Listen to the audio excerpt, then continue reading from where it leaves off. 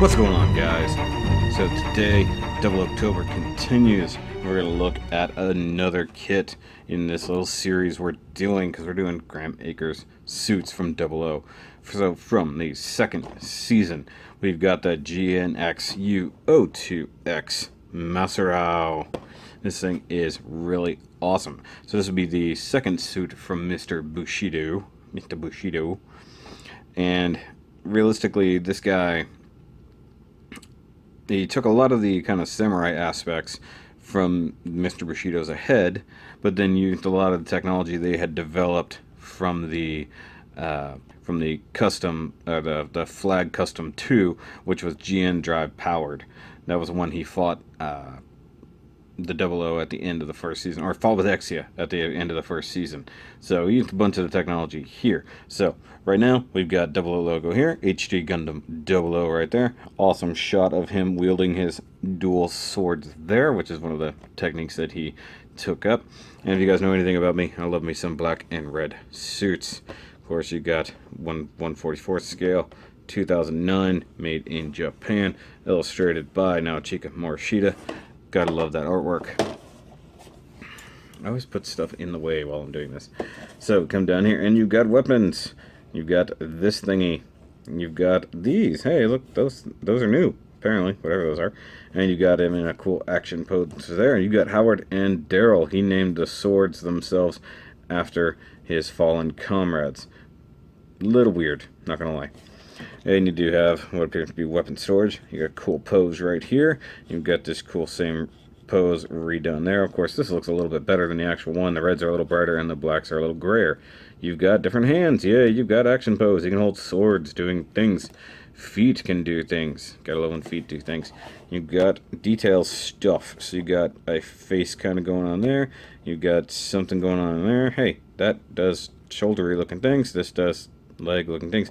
Stand. We love when stands. See, I can never keep track of what stands came with which, so this actually helps me. Got a nice shot right there. Come over here, you got number 55 in the line. It was way down the line. And you've got Masurao right there, repeat of the box art. And here you have the story. So it's pretty cool. GNXU02WX, 20.4 meters tall, 61.5 tons. It's pretty heavy. And you've got the different weapons and stuff right there. And you've got the read up all along there, of course, obligatory front and rear shots. And right there, repeated box art in Mr. Bushido. You got stuff. You've got warnings. So you got warnings for 3-year-olds, and then you got a warnings for 18-year-olds. So, yeah, that's stuff. And you got 1,500 yen. Nice affordable kit. And yeah, even with those big twin swords, still upside down. Alright, and once again, no build montage. This has already been built, so let's go ahead and take a look at it.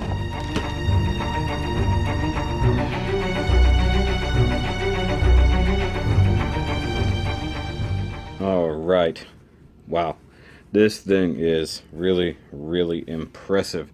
So even back before we had Grimgeared, the red bunny of death, we had the little black bunny of death right here. He's got the big twin horn ear thingies going on there, and apparently he thinks he's Meijin Kawaguchi with that little visor cover going on there.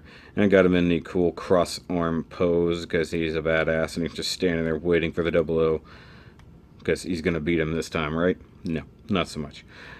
So this thing is really, really awesome and very intimidating. I really do love this suit design. And of course, you guys will notice right off the bat, it is very, very much designed similar to a flag, although it does not have a transformation gimmick. That's actually kind of a good thing on this. So we've got the same kind of chest situation going on here. Very similar kind of head, very long spindly arms and legs, all in very similar fashion. By the way, the stand just plugs right into the crotch, as it should. So, really do like the black, white, and red. This is just straight up my colors. Now, it did come with some sticker detail you had to put on. You had to put that on right there, that little kind of yellowy, orangey, coppery sticker. Now, if we go ahead and pop this visor off, you can see right inside there, there's a copper face, and it's going to be really hard to see. There is actually what is a flag head. Realistically, what you find out is this thing, at least the head, is actually the head off of Howard's flag, I believe. I'll have to look it up. If I'm wrong, I'll put it on the screen. So, this thing is actually really nice. Very spiky hands going on here. Very claw kind of fingers. He does come with multiple types of hands. So you can see this hand is a lot more sculpted and kind of grabby. This one is a little bit more straightforward.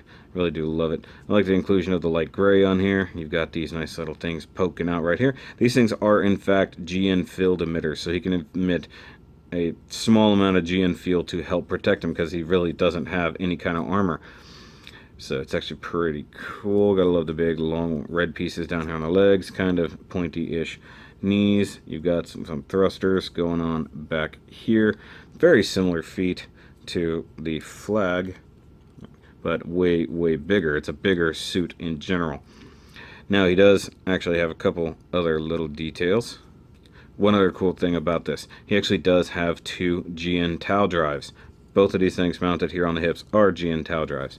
Now, they don't function the way the double-O does. They're not twin drive setup. It's not actually both a twin drive system. It's just got 2 drives, kind of like the Albion did, or whatever it was called, the Albion, whatever that thing was. No, Albion was a ship. Whatever that big dumb golden thing was that had multiple drives, but it wasn't a twin drive. So he uses these for just sheer speed, which he does get. So 1 on each hip makes him very fast indeed. I do believe, yeah, there's a reddish coppery sticker right under there, and from what we saw on the box, you can actually open up the chest, and I think the torso lifts up a little bit, and you can open up the chest, and I believe that's the cockpit right in there. Probably a couple cannons if I had to guess. Go ahead and shrink him back down like so. Now these ears do move a little bit, so they can be up or back, like he's scared. Whoa! Hold on, wait. Whoa! Okay, that one just fell off. Top of the GN drive. Of course it did. Of course it did.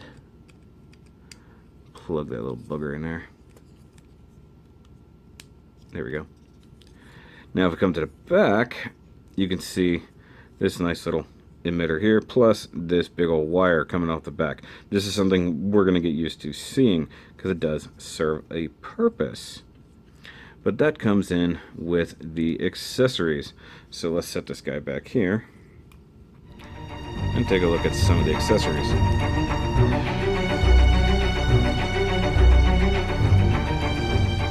He does, of course, come with different hands. These are his sword-holding hands.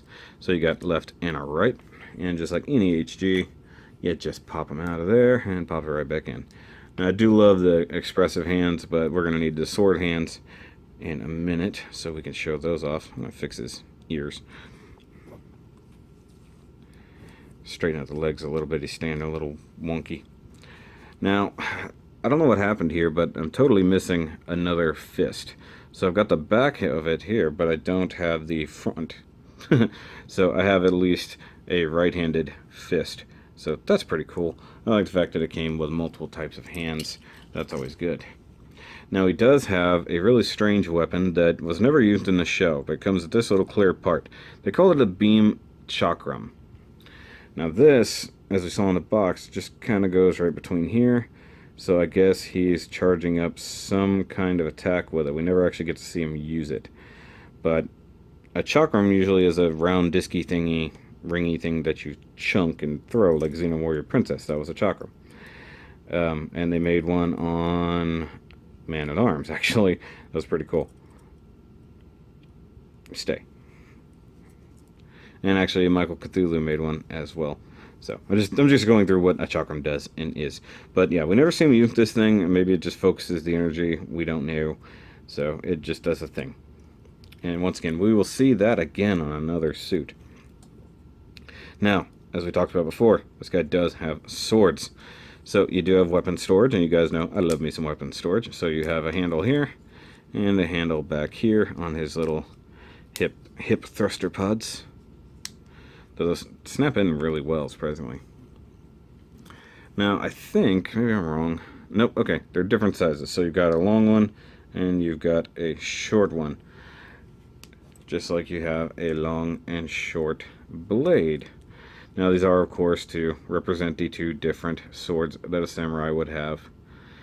Now, off the top of my head, I honestly don't know which one is which. I think this is Howard and this is Daryl, but I don't recall. To be perfectly honest with you guys. I'm always honest with you guys.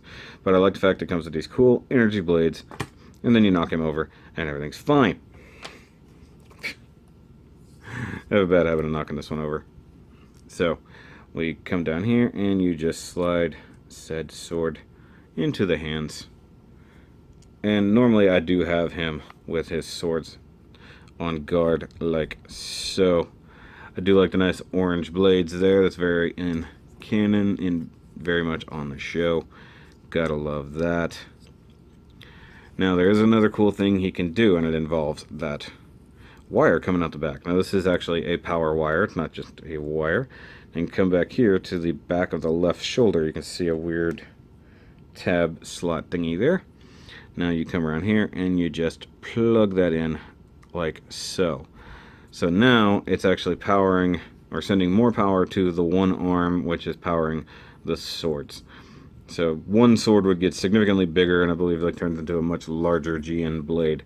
Now that same thing comes into play a lot more on the next suit we're going to take a look at. But right here, that's what he does. So the swords are what the swords are. I was trying to get... This guy is very Shredder-like, in my opinion. He looks pretty cool. I like it. I like it a lot. Alright, so let's go ahead and take a look at articulation, because he does have some of that. I'll take the swords out, because he is very, very posable. However, I'm going to go ahead and point this out. Very much like the Greys, everything is just pegged into ball joints, and sometimes that's a little bit loose.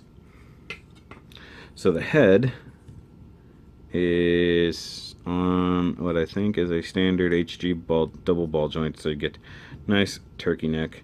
You can turn it, just be careful because you're going to knock it on pretty much all the pointy things. Like so. Of course the ears move, we saw that.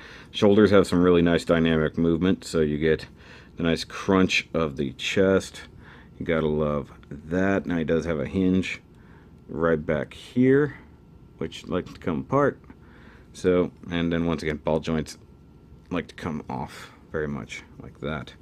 So we can get this kind of maneuver, and if you rotate it up and use that single jointed elbow, you can totally kind of have a weak high teacher. Wait.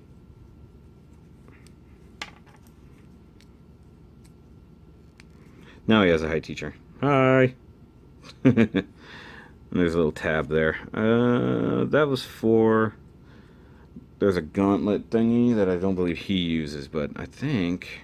Because this ends up being the basis of the next kit we're going to look at, or vice versa. You end up sharing a lot of parts, and I do believe... Yes, I did. Okay, so I robbed a gauntlet from this guy and used it on the other one. That's okay, we'll take a look at that on the next one. But if you rock this back a little bit, you get some ab crunch like so. It's also part of that torso extension whenever you want to open up the chest. So, come here, do that, and then pull this back. And then that's how you open that up. So, yay for that. You also get the rotation like you should, although you're limited by the weird backpacky thing. Now the legs are the biggest point of contention for this, is that's what keeps popping off, especially this left leg, because it is ball joint mounted, so you get it only about that far and then it comes right off. So it doesn't get... That was not a good sound. That was a very, very bad sound. That was yep, that is definitely a sound of breakage. It just broke right there. So I'm gonna have to take that apart and glue it back together. Yeah, it broke on both sides actually. Look, it just split right in half. Wow. Okay, so I'm gonna do what I can, show this off, and then I have to fix that. There, just snapped completely in half. Great. Great.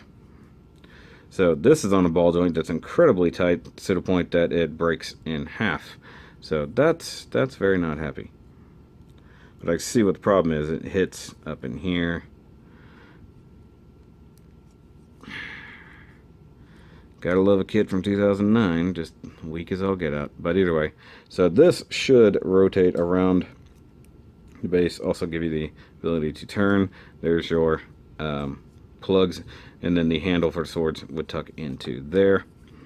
We get a nice single jointed knee, well, technically double jointed right there. Not too bad. Doesn't do a whole lot, but that's about it.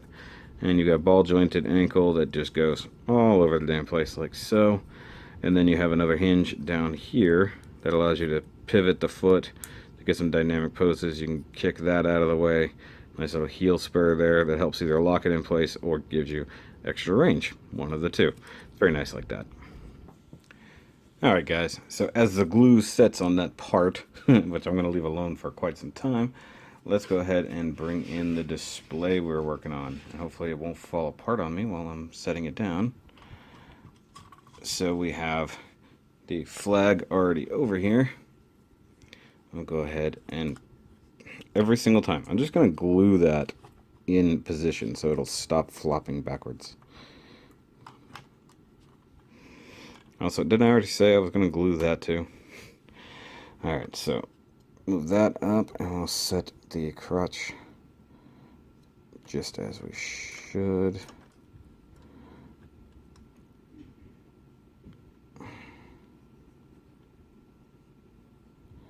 We have the first two of Graham's suits in place. I didn't realize I didn't center that remotely. But yeah, this display is going to come in really nice. Now, I could have done it where I've already got this guy out and stuff, but transforming the flag back and forth probably result in that dying. But hey, if you guys are liking this, make sure you leave a like. If you're new here, make sure you subscribe. And if you haven't seen my Patreon, go ahead and check that out on the bottom of the screen right here. And of course, thank my patrons as always, Andy, John, Steve. You guys are great. And we'll continue with this series in the O-Ctober for as long as I can. And of course, I want to get that thing fixed. But I hope you guys enjoyed this, and I'll catch you on the next review. Remember, as always, keep on building.